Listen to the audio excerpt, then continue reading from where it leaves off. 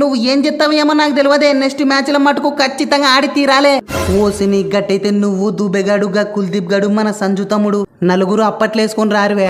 ఓలనన్నా ఆడిస్తా గాని వా నువ్వు అప్పట్లేసుకోవాలంటే 5 మంది ఉండాలా. గట్టయితే మన చాహల్ని కూడా వేసుకరివే, ఏం కాదు. ఎట్టెట్టన్నా చాహల్ని కూడా వేసుకరి, ఏం కాదా. అసలు నీ కళ్ళకి నేను ఎట్టగానొత్తుననే నాకు అర్థం కాదు. వారిని చాహలన్నా ఇంత ఎడెలుపున్న నేనే మా ఓనిగన్లకు గానొత్తలేను. ఇంక నువ్వు మీ ఓనిగన్లకి ఆడగానొత్తవే. తమ్ముడు మ్యాచ్ ఆడిపించగలే అని బాధపడాకవే. కొత్త కదా, అలవాటు అయితే. రోహిత్ అన్న టీంలో టాప్ స్కోరర్ నే. నాకెళ్ళి జర దేకరే.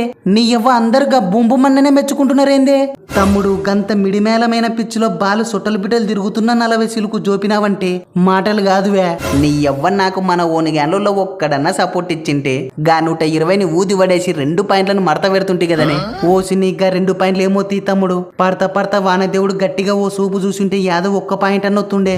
Just miss.